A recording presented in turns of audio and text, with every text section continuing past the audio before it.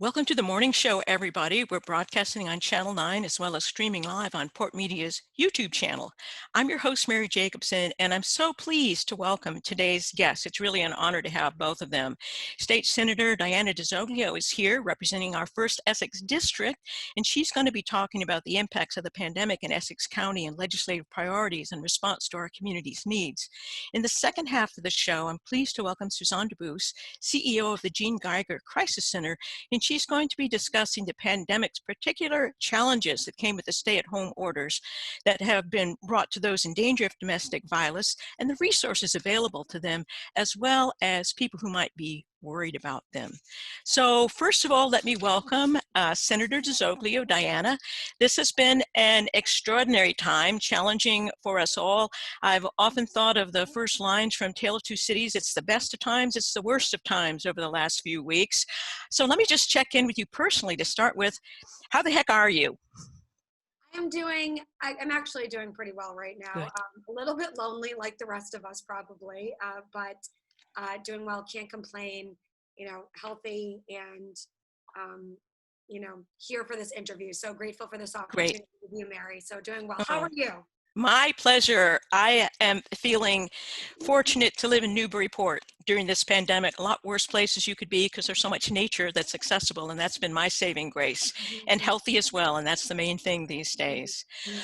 Well, Diana, it appears to me that our state and our nation currently, as we all know, are coping with 3 simultaneous crises. There's the pandemic, there's massive amounts of unemployment, and the explosive legacy of racial injustice. We're all craving, I think, proactive and effective leadership. And so I'm especially grateful to you for your voice and your presence on the show today to talk about the challenges in front of us. You know, initially I was just planning to talk to you about the pandemic when I invited you a few weeks ago, and we're going to get to that later on. But of course, right now, we're all grappling with having watched a police officer murder an American citizen, George Floyd, in front of us, and then also witnessing the passion, the force of demonstrations in response to that murder around the world. And Diana, I was wanting to ask you, how do you understand why George Floyd's death appears to have become, we hope, a tipping point that has galvanized so many diverse people, not just in our country, but around the world, to insist upon change? Thanks, Mary. We're all anguished by the tragic death of George Floyd and others before him whose lives were senselessly taken. This incident in particular, though, occurred at a time when we're all isolated from each other due to social distancing, and yet we are more connected than ever due to social media. Um, the video is heartbreaking. We're Yeah, witnessing a fellow human being killed right before our yeah, eyes, and it pains me to say we've been here before, but yeah. in the past, when these instances have occurred, it was far too easy to return to business as usual as the demands of people's daily lives continued without interruption. Um, Now, due to the COVID-19 emergency, people's routines have been disrupted in such a way that, there's time to pause, to think, Mhm. and to try to understand the very real challenges being faced by the Black and Brown community. um, with all the pandemic has taken from us, it has given us an opportunity here to come together, to examine these issues, and to work to make real and lasting change. Yeah. Well, you know, moments like the present that are so fraught, as you've just been saying, with both anger and anguish, they're painful, but they also provide real opportunities to initiate change. One of my recent guests on the show had a quotation I liked a lot from Leonard Cohen, which talked about how the cracks are where the light gets in, and Mhm. what the light has shown us most urgently. What I was going to ask you is, what do you think the lights have shown us most urgently change in the near future, hopefully? And from your vantage point as a legislator, what are some of the legislative levers of change that a state government could initiate to create some of those changes and sustain them? Well, sunlight is the best disinfectant, Yeah. which goes along with the quote that you just said, and I love what you just said about the cracks are where the light gets in, and what it's showing us is that we have to dive deeper beyond the obvious and address the disparate treatment and unconscious racial bias that persists through our justice system, healthcare, education, housing, workforce opportunities, perpetuating racial inequity. And we need to support programs and initiatives that lead to opportunity, intervention, and prevention, not to confrontation. At the legislative level, we are working to provide equal footing. There's significant work to be done. And as advocates, we have to prioritize legislation that provides equal opportunities to Black, Brown, and all who have been underserved. There are several proposals that have been presented to the legislature through the Black and Latino caucus. Congresswoman Ayanna Pressley is working on a resolution to condemn police brutality, excessive force, racial profiling. And I know that the leadership of the Senate and the House have come forward in the last week and said that the legislature here in Massachusetts is going to be working on an omnibus bill in the coming weeks to try to address some of these inequities. A lot of this legislation has been worked on previous, though, in different forms and in ways that might not be as salient. I can tell you that as chair of the Joint Committee on Community Development and Small Business, I conducted listening tours around the Commonwealth this past session to hear what our small business community needs, including concerns specific to minority entrepreneurs and business owners. And I filed legislation, which you may have heard of. It's been, in the paper recently, and we've had a hearing on it, and it has since advanced through committee. It was voted upon favorably and now stands in the Senate, and hopefully will be voted upon sooner rather than later. But I did file legislation in early February intended to provide tools and mechanisms to aid in equalizing access and opportunity for the small business community, and work directly with the Black Economic Council of Massachusetts on specific provisions targeting diversity, equity, and inclusion. And with COVID-19 wreaking disproportionate havoc on minority communities and the global philosophical awakening George Floyd's death has inspired, these provisions, I believe, are more timely than ever. The bill makes an investment in diversity, equity, and inclusion by re-empowering the Supplier Diversity Office, which was established to promote supplier diversity in public contracting as its own agency with adequate funding and oversight enforcement. And this includes over the performance of contracts awarded in part due to meeting diversity requirements. The bill actually further reinforces Massachusetts' policy of promoting minority, women, veteran-owned businesses by incorporating an inclusion plan in regards to requirements into requests for proposals that are received by our state agencies in Massachusetts when procuring supplies or services similar to the policy adopted by the Massachusetts Port Authority, for example, which has a decent framework for this. Furthermore, actually, the bill defines what a micro business is, which many minority businesses are, especially here in the Merrimack Valley. And it actually creates a commission charged with, in part charged with working with lending institutions and others to encourage the formation of seed money and microcredit opportunities. As we know, traditional loan requirements can often be very difficult to meet for minority entrepreneurs.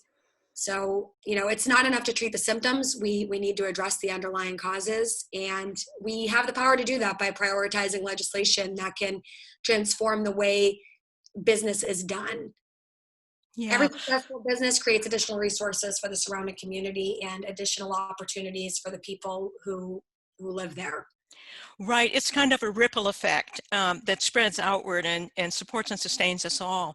Well, that sounds like a very comprehensive bill. And is that the Maker's Mark bill? The Mass Makers bill, or the Sorry, I am a Berman fan. But I know there were two bills you were working on, the Paycheck Protection Program and the Mass Makers Bill.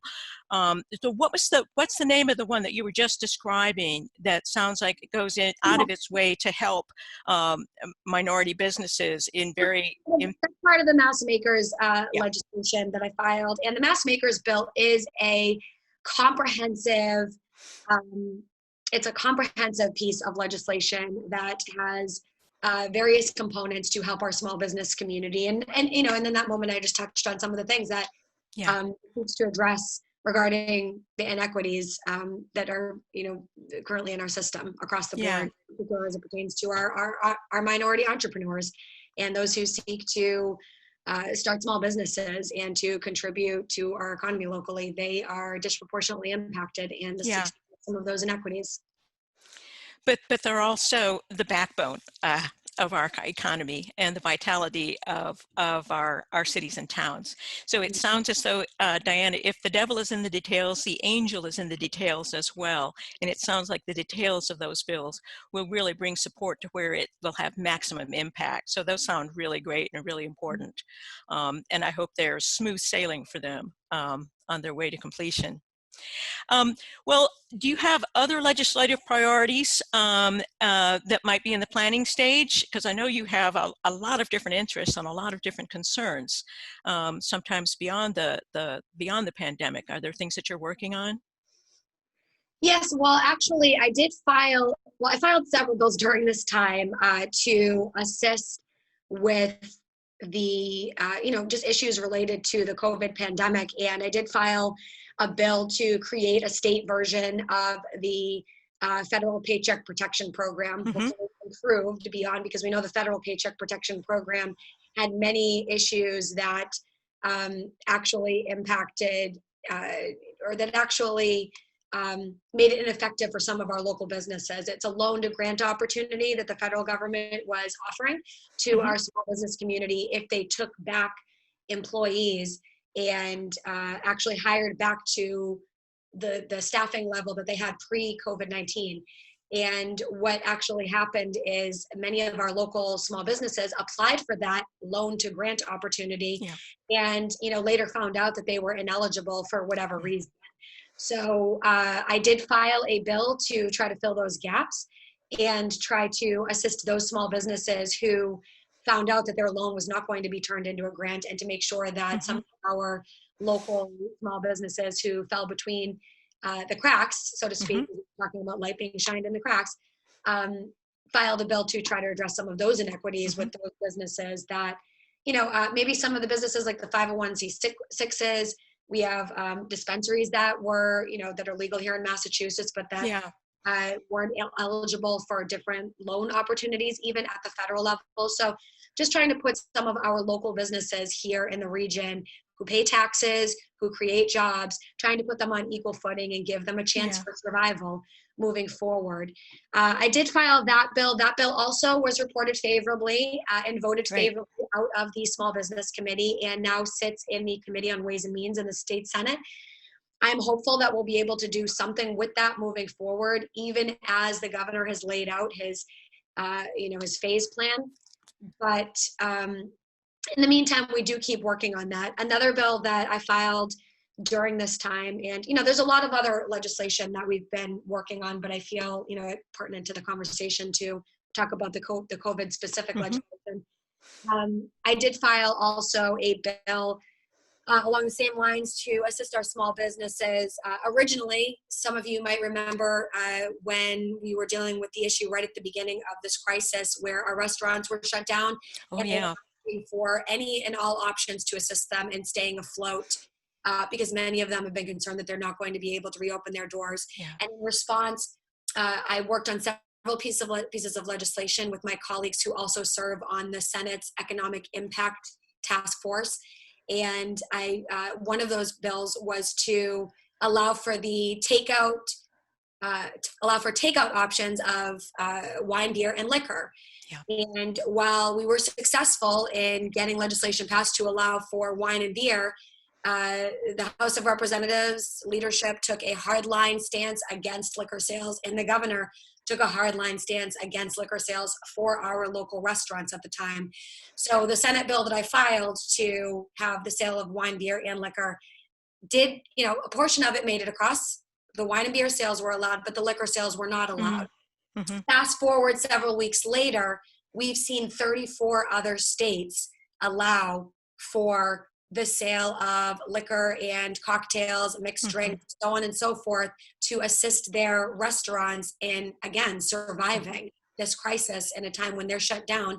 And many of our local neighbors who own these restaurants and all of the people that are our neighbors that they employ are at risk of, losing their jobs completely moving forward, and losing their investments and not being able to come back. I've heard that Andiamo's in Newburyport, amongst other restaurants, are potentially or are closing their doors permanently.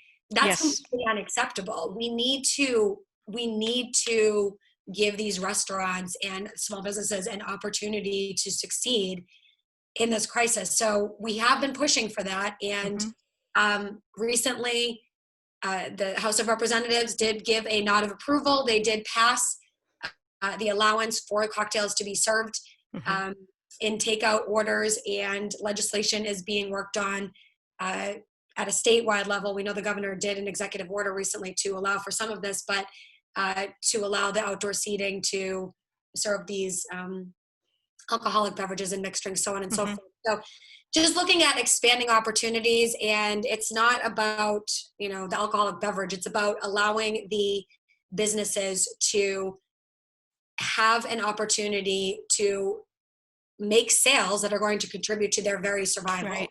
Yeah. And giving them any and all opportunities.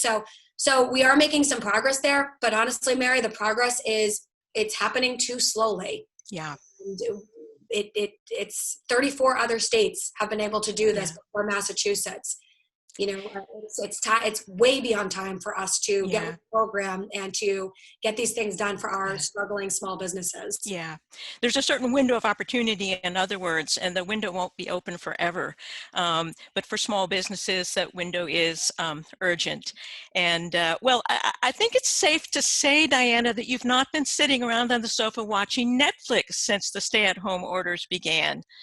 I'm not saying it's never gone on, but yes, we've been very busy. You've been working hard. In fact, I know from taking a peek at your Facebook page that you've been actively communicating with a lot of constituents, including teachers and students and community leaders throughout First Essex District. Virtually visiting a civics class I saw, addressing high school grads. And I'd love it if you'd tell us some stories about some of the projects that you've learned about or participated in or been moved by, and some of the people that you've met who've working hard to advance the needs of their community during the pandemic. Well, Suzanne Dubus, the one that you're going to have, the wonderful woman that you're going to have on today as well. I recently did an interview with her. I have a little local cable access show where thousands and thousands of people, I'm sure, are tuning in. Yeah, like ours. And I really enjoyed that opportunity to speak directly with people in our community and to talk about the good work that others are doing. It's a time when I'm not talking about the work that I'm doing for a change, and I get to interview other people that are doing amazing work in our community. Yeah. And I had Suzanne on recently, amongst others, and it was a great opportunity to get further enlightened about the great work that she and others are doing pertaining to domestic violence related issues in our community and beyond, but specifically as it pertains to the challenges that are specifically being faced during the COVID-19 pandemic. And it's a really challenging conversation to have, but I was inspired knowing that we have people who are so invested, like Suzanne, that are still doing this work, that are working overtime and truly invested in making sure that people get the resources that they need. So that was a great opportunity. And yes, all of these civics opportunities that we've had to talk to students in their classrooms and to engage. I was, talking to a middle school recently and an elementary school recently, the third grade class at Kittredge Elementary School. It was adorable. It was adorable. Look, I'm getting my Italian. Um, it was absolutely adorable, and it was a wonderful opportunity to hear how engaged and intelligent some of these third graders are as it pertains to understanding the legislative process. They went on to, we talked about the legislative process. We talked about what we do as state senators and as state representatives in the legislature. We talked about, the governor's role in this pandemic, I believe, and we did give them an opportunity after that to discuss legislation that was important to them. And I believe that the bill that they discussed that day was seatbelts on school buses, and what they thought about that. And there are two sides to that conversation, multiple sides to that conversation. We found out, and it's truly encouraging just to see their faces on the screens, their smiling faces, and how engaged they were. And honestly brought some joy into my day and into my life. We do a lot of work legislating, and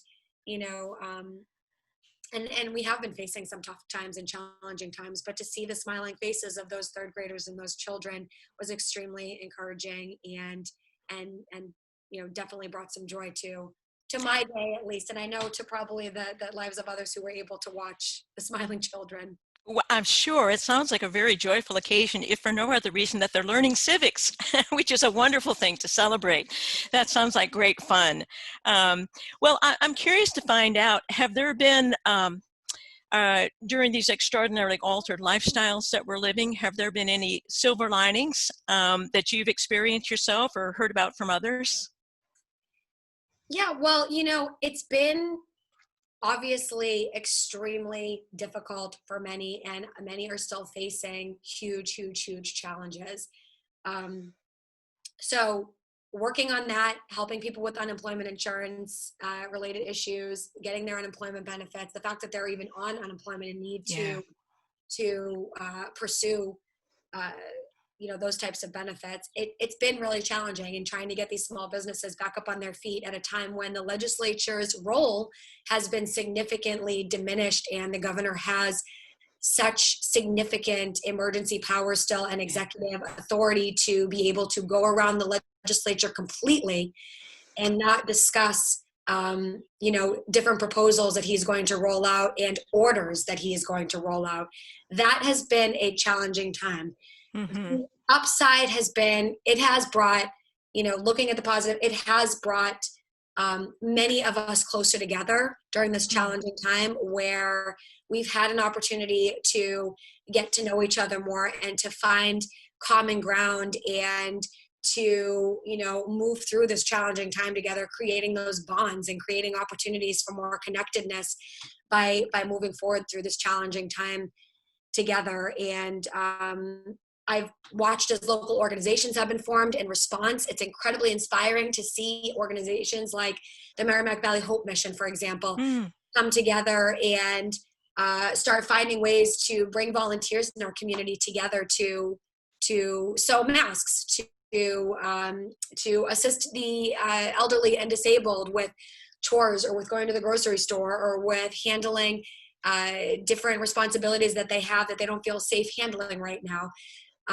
To do food drives in our local community, to assist neighbors with fundraisers, so on and so forth. The community has really, really, really pulled together in the worst of times right now.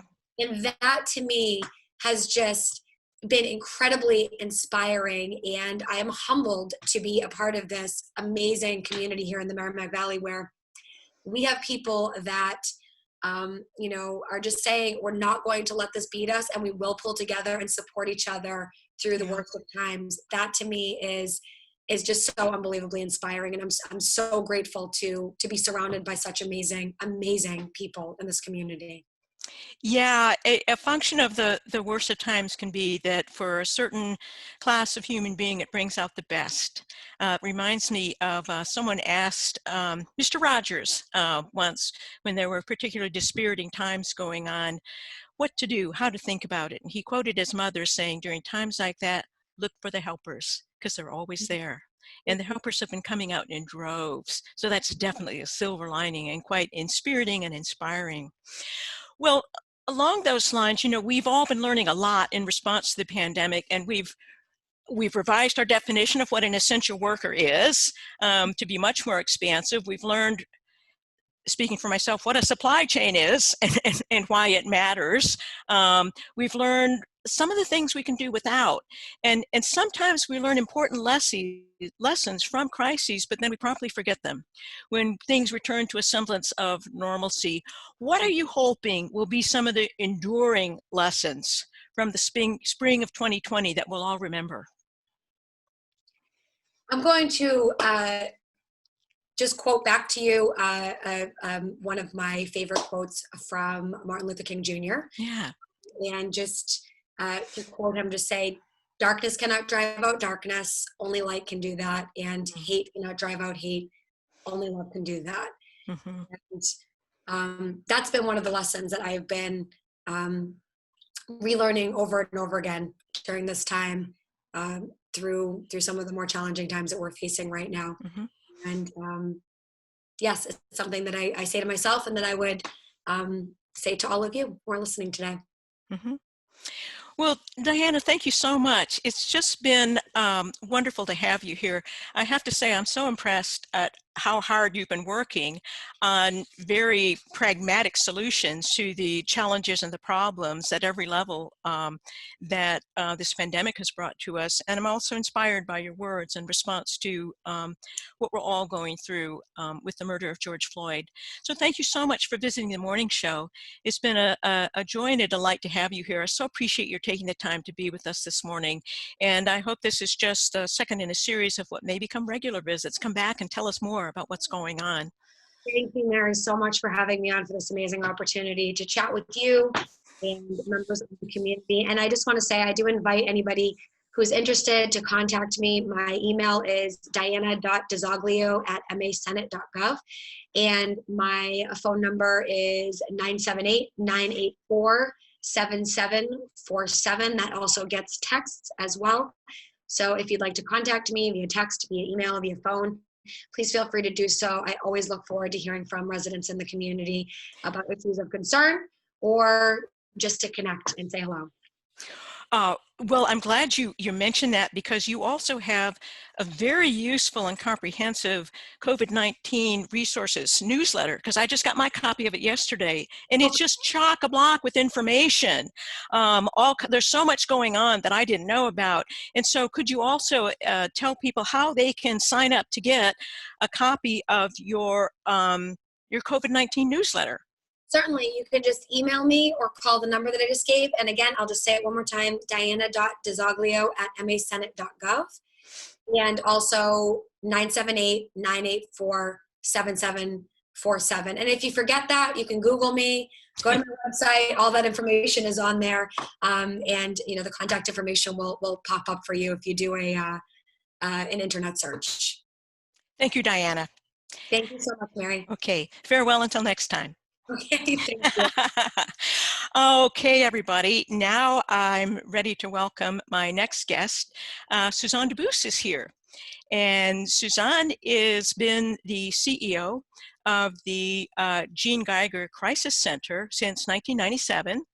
And she's developed comprehensive and effective domestic violence programs that are informed by the needs of the survivors. She's gotten a lot of awards for her work. She's on the Mass Governor's Council on Sexual and Domestic Violence and the Mass Council on Family Serving Agencies, among many others. And I'm just thrilled to have you on the show again. Suzanne, welcome. Good morning. How are you? Good. Thank you. Thank you for having me. I loved my last time with you. Oh, my pleasure.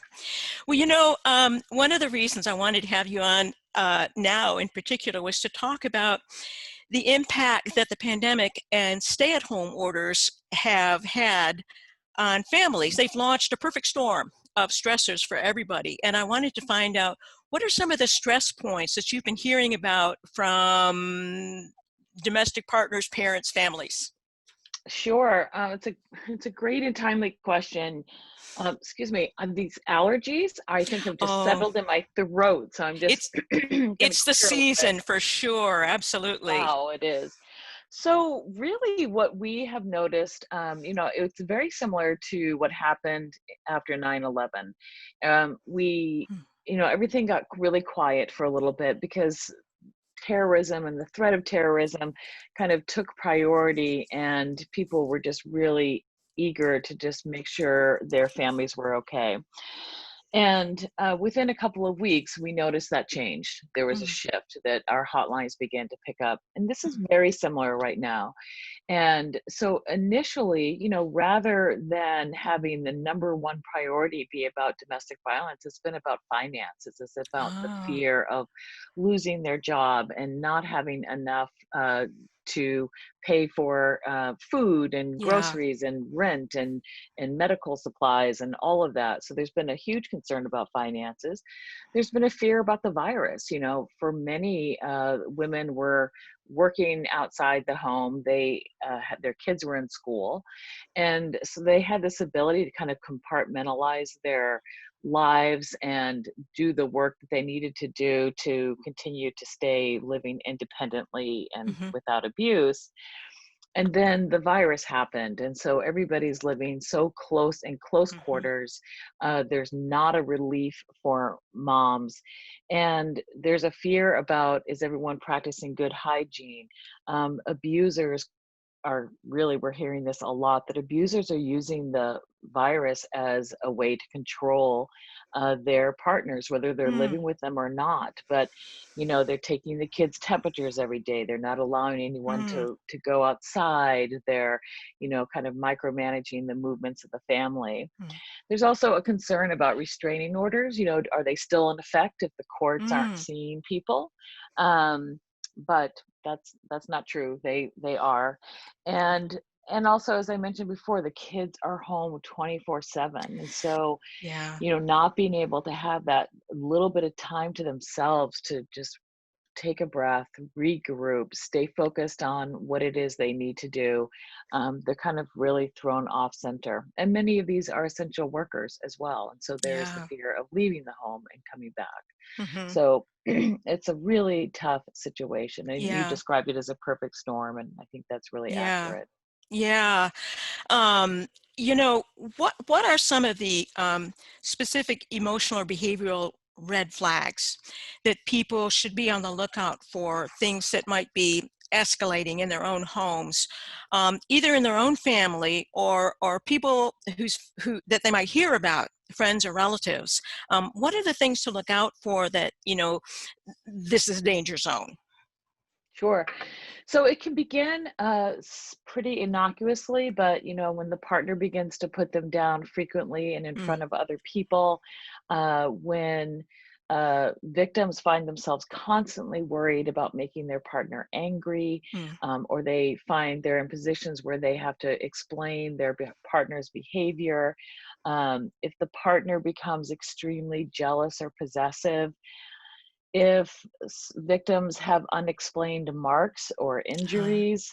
And a big red flag, I think, is always when victims stop spending time with friends and family. They stop mm. checking in. And levels of depression and anxiety are things that are frequently noticed. Yeah. And those, of course, have been skyrocketing. So many polls have shown that anxiety and depression are Oh, skyrocketing nationally amongst everybody. So that's interesting and helpful to know some of the signs to look for, and be alert for. So if you see some of those signs, then either in your own family or somebody that you might be concerned about, what are some of the coping strategies for safety that you've been suggesting for people who see a red flag or who feel actively endangered or who are concerned about others that they fear may not be safe? so I'm going to divide it in two. So I'm going to first for the man or the woman at home who's feeling like things are escalating and this isn't normal stress, that Yeah. this is abuse. The one thing that I think is really important for everyone to understand is that no domestic violence situation is the same as the other. There is no Mm, one size fits all. And so we really recognize that every case, every situation is different. And the best safety plan is really to talk to an advocate. And mm. I just want people to know that we are here 24/7 every day of the week, and just to talk out kind of what's going on and help put some context in there, and we are willing to help. So I really feel like if people have this kind of gnawing feeling, or this instinct is telling Yeah. them this is different, please call our hotline. If you don't, can I give the number now? Please give it now, Case. and we'll give it later too. Okay, 978-388-1888. They can also email Uh, gethelp@jeanniegeiger.org. okay. So my advice for friends and family is to, take advantage of this weird time that we're in, and use technology to connect with your loved ones, and Hmm. anyone that you are concerned for. And I think the biggest message is just to let people know, I am here. I'm Yeah. on the other end of this phone. I'm on the other end of this computer. If we need to create a safe word, something that will just alert me that you need to get out of the house, that you Yeah. need some help, you need to devise something. And also, we are very happy to have folks call the hotline and talk to an advocate also about how to best support their friends and family. But it Hmm. truly is to be that bridge. Yeah. If isolation is present in most domestic violence cases, and so if you Hmm. can be that person to pierce that isolation, bravo. Yeah. Oh, I like that phrase, the bridge. Absolutely. And you're underscoring, and I want to underscore it again, that you are open, and that the best thing to do is just call and talk with somebody, whether it's your own family situation or whether it's about somebody that you might be worried about. And that way you won't be alone with the situation or with your concern. So that's great. Thank you very much for that. And we will give the hotline number again at the end of the show for sure. Okay. You know, Suzanne, when you visited the morning show last year, I was so impressed with the very sensible and preventive youth empowerment services program that we talked about, that you developed to work with teens, both boys and girls. And you explained that teens are especially vulnerable because they don't know these days what a quote unquote normal relationship looks like, both in terms of boundaries and in terms of showing respect for oneself and others. And I was wondering, with schools having been closed, they closed abruptly mid-March, and they've been closed, and who knows when, or when they do open in the fall. So I was wondering, have you been able to continue that type of outreach to young people? Yes and no. So our three programs, there's a healthy relationships program where we're in the schools teaching about teen dating violence. And then there's a healthy masculinity program Hmm. also in the schools. And then this Girls Inc. program, Yeah. which is in schools and after schools. Girls Inc. lent itself particularly well to continuing the work via Mm. Zoom. We had these discrete groups of girls who were already going through this programming. It was through the schools. They were already part of their school day. So we continued that up until last week. And it was Ah. really, um, I think, well received. I think our prevention staff got as much out of it as the girls. It was just, I think it was that touchstone for them. There's just real normalcy, and they had a fantastic time with the girls. We unfortunately can't do the healthy relationships and Yeah. the healthy masculinity work until we're actually in person. Hmm. Or, I think we're gonna have to get creative too, as you said. Who knows what's gonna happen with the Yeah. schools in the fall? And we may have to go back to the drawing board and figure out, how do we lend ourselves to the schools to be of service to the youth. Hmm. Yeah, great. Well, I'm glad that the Girls Inc. has continued to, because that has always sounded like such a fantastic program. Yeah. So that's wonderful. Well, I also wanted to talk to you. You've written about the difficulty that a lot of people have in understanding the challenge that some survivors of domestic violence have in leaving unsafe relationships. And I thought this might be an opportunity to advance that understanding by talking a little bit about the impact of trauma on the brain and Mhm. behavior. PTSD is something almost everybody knows what that stands for now. It's most commonly associated, though, with veterans of war. But anybody who's experienced violence can manifest symptoms of PTSD. In fact, many more women than men are victims of sexual abuse and domestic violence. So I wondered, what are some of the impacts you've seen of PTSD on people who've been on the receiving end of domestic violence? That's a great question. So, so the interesting thing about trauma is it can show up at any time, Mm. particularly when you're talking about, post-traumatic stress syndrome. And we live in a very traumatic time, so just the average person is dealing with a lot of depression and anxiety Yeah. and, fear. So the interesting thing about trauma is sometimes people are triggered and nothing seemed to happen, but there was a shift in the weather. There was a smell in the Mhm. air. There was a sound. I remember, I can tell you a personal story. My ex-husband used to use a speeding car as a way to keep me quiet and to scare me. Mm. And so there are still times if I hear an abrupt Mm. kind of jackrabbit guy going down the Yeah. road, that I can feel the fear that I used to feel. Um, and it triggers those flight or fight Hmm. responses. And so you can experience like a rapid heart rate or nausea or headaches or reliving the experience and feeling really not present in your current day, but really trapped thinking and Yeah. feeling a lot about what had happened to you before. A lot of survivors talk about that the abuse is relived during dream states and Mm. they have nightmares and panic attacks. And there are sometimes that, well, as I kind of mentioned it, that it alters a survivor's sense of reality, that Yeah. she's feeling like she's living in two worlds at the same time. And it can be a very hollow feeling, when you're constantly being re-traumatized. It reinforces that belief that the world isn't safe. Yeah. And excuse me, so it's really such a huge piece of the work that we do with folks that come to us.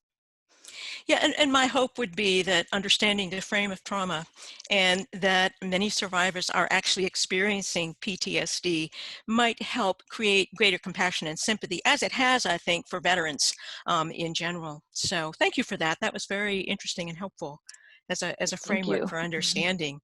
Um, speaking about trauma, I also wanted to ask you about your thoughts about the impact of witnessing George Floyd's very public murder on people who've been impacted by domestic violence. Of course, we're all reacting in our own ways with shock, anguish, anger, or Mhm. intensified advocacy. As you've clarified many times, abuse is about power, control, and dominance. And placing George Floyd in a helpless position on the ground with his hands cuffed behind his back and then crushing his neck with a knee is about as dominating and abusive as a behavior can get, and about a flagrant display of really deadly power. And I wondered if this has triggered reactions from trauma survivors, if you've been hearing about the impact of this very public murder from people who've been calling the Geiger Center.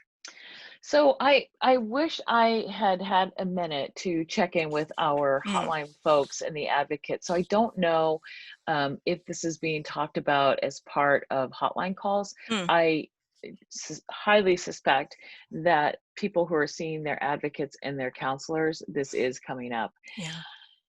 You know, yes, it is probably one of the most flagrant displays of power and control and an abuse of power. And so just remove for a minute that this was white supremacy and racial injustice and murder. Think about it, seeing it through the lens of a domestic violence survivor. So number one, we also know that the officer who was kneeling on his neck uh, had been called out on domestic violence several times for his ex-wife, and I believe Mm. his wife left him the next day. Um, and so it is that sense that people who are in power will always get away, Mhm. and that anything can happen and no one will intervene. And so that is a hugely triggering thing for domestic violence victims. Now, let's go back to George Floyd. I think that, intellectually as white people, like we understand that this happens. We understand that it's wrong. I think this is the first time that white people have witnessed such a flagrant disregard Yeah. for humanity, Mhm. this sense that I can do anything and I will get away. And for domestic, as anti-violence advocates, we also know that domestic violence happens more in the Black community, that more Black women are killed every year than white women. And so it's really important that we stand up now more than ever uh, on behalf of Black people um, and domestic violence victims. Mhm. Yeah. Yeah, I know that your center issued a very powerful statement in response to George Floyd. Is that available on your website, by the way? Or That is such a good question. yeah. I believe it is. I Okay. think it is. And it's also on our social media on Facebook Oh, and okay. what's the other one? Instagram. Because there are also some really, there's a helpful resource list at the end of that statement as well, that I think I'm people really would find very glad. interesting. Yeah, I'm really glad you brought that up because I think it's so important. I don't know how everyone else is feeling, but as a white woman leading an organization that is largely in a white community and staffed by largely white people, I feel such a responsibility to do a better job, Yeah. and and embrace this. And I think for a long time, it's easy for white communities to look away because we don't have to deal with it. But Yeah. that's our privilege, right? We don't need to Right. do that. So thank you for bringing that up. The other thing I do want to say is I'm intensely proud of our local police departments Mm. who took a public stand against the Minneapolis Police Department, and I think it's got to be hard in police culture. Yeah. um, we understand that's a pretty complicated institution. So I was very proud of our Yeah. local folks. Yeah. Yeah. It's really great and important too. Yeah. So, well, Suzanne, I also wanted to ask, I know that your big annual fundraiser, the White Ribbon Breakfast, was supposed to happen on March 24th, and guess what? The pandemic happened, so you had to retool, but you had a Zoom event, a virtual event anyway, and I just wanted to check in. I'm sure it must have been disappointing not to be able to have the in-person breakfast, but how did you feel about the Zoom event? Were you pleased with how it went? Yes and no. I mean, we didn't know what we were doing. We worked really hard on it, and so it was like partial live and partial pre-recorded videos. And but as you said, it's just not the same as being in the room Yeah. and feeling that energy. So it's very hard to gauge. We got some really good feedback, and if we have to do another virtual event, I think we learned some great lessons. And my hope is we won't have to. Oh, let's all hope. Yes. I'm sure, bring back the days Keep of hope social alive. approach. Please. But it's uncertain, I guess. So at least we have Zoom in the meantime. Yes. Well, at the But White Women Breakfast, oh, sorry, go ahead. I was just going to say, those videos are still available on our website, Yeah. and it is jeanniegeigercrisiscenter.org/WR virtual. So there's some videos, and there's some really great ones. Just really quickly, there's some awesome students. There's a young woman named Rumi who talks about a business she created through Girls Inc. There are teachers from Amesbury High School who describe a situation with a student and how this programming really helped. We have some of our board members, and then we have our keynote speaker, Rakeem Lash, from A Call to Men, and he was a keynote speaker. And so they're all available. Please feel free to watch them at your leisure. Yes, I watched the videos of Rakim, and actually I wanted to ask you a little bit more about him because I was impressed with the videos. And his group, A Call to Men, is about reimagining a healthier masculinity. And I was just curious, how you responded. Were there things that stayed with you from his talk about preventing gender-based violence? Yeah, so what I love is when I hear an expert in a field and they underscore and highlight the importance of the work that we're doing. So for me, hearing him talk about uh, healthy principles of healthy manhood reminded me greatly of the work that we are doing in the high schools and that Mm, we're going to continue to do yeah. at some point. But the idea that, for so many years we were able to talk to girls and women about, don't don't try to conform to a narrow stereotype of who you should be or what is valuable. And, we're so overdue in this country to have that same conversation with boys and men. And that was, one of his overriding messages was embrace a full expression of emotion, be all of who you are, model a healthy, respectful manhood for other boys and men.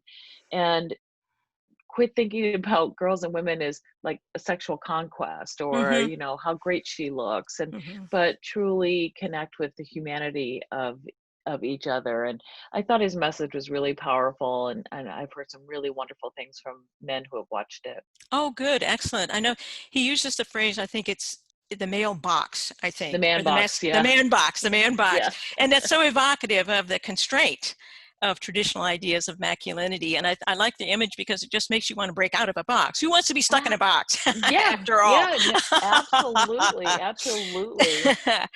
Well, Suzanne, I'm curious to find out, what are you most looking forward to when we're free to social approach again, when life gets no, gradually, step by step, but when we get back to some semblance of normal again, what are you most looking forward to? Me personally, I'm looking forward to actually being in a room with the people that I work with and building on energy. I always feel like you can have some great ideas and some interesting conversations, but when you're actually in a room and you can build on that energy, I feel like, we can conquer the world. And Yeah. to live via Zoom has been really difficult. So I really look forward to being in a room with the full staff and looking at all those beautiful faces and checking in to see how they're all doing. And I look forward to, getting back into the schools. And Yeah. we're able to provide all of our services virtually right now, and so I feel like survivors, we're doing as well as we can and with these constraints. But Mhm. speaking about a box, um so that's what I'm looking forward to. Absolutely. There's no, I mean, Zoom has been wonderful and it's been such a saving grace during the stay-at-home orders, but there is no substitute for the kind of, I guess I think of it as energy to energy contact of Yes. being in a room with other people, because we do impact one another's energy, and you put it well, there's kind of a synergistic effect. So, well, this is time to repeat the hotline number then before Oh, we finish. Would you once more? yes, the hotline number is 978-388-1888, or folks can send an email at gethelp@jeanniegeiger.org. Suzanne, thank you so much. It's just been a privilege and a joy to talk to you. I always learn so much when I talk to you, and I'm so grateful for the important work that you do for our community and for humans everywhere. So thank you very much for visiting the morning show. I really appreciate it. Thank you, Mary. Thanks for having me. My pleasure. Absolutely. Well, that's it for today, everybody. Thanks for watching. I hope that you'll join us next Thursday on the morning show, when my guest will be Newburyport High School science teacher Jill Moran. She's going to be talking about the meaning of scientific literacy with us and why we need a lot more of it to deal with complex challenges in front of us today, such as the pandemic and also climate change. I'll also welcome 2 members of the Society of Friends to help us learn more about Quaker history and faith, and how the Quakers appear to me to offer a useful and timely model for how we can connect spirituality with activism on many issues of social justice, but also in particular on racial justice.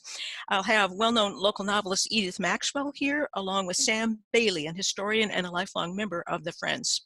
If you missed part of today's show, it'll be available for viewing on the Port Media YouTube channel playlist for the morning show.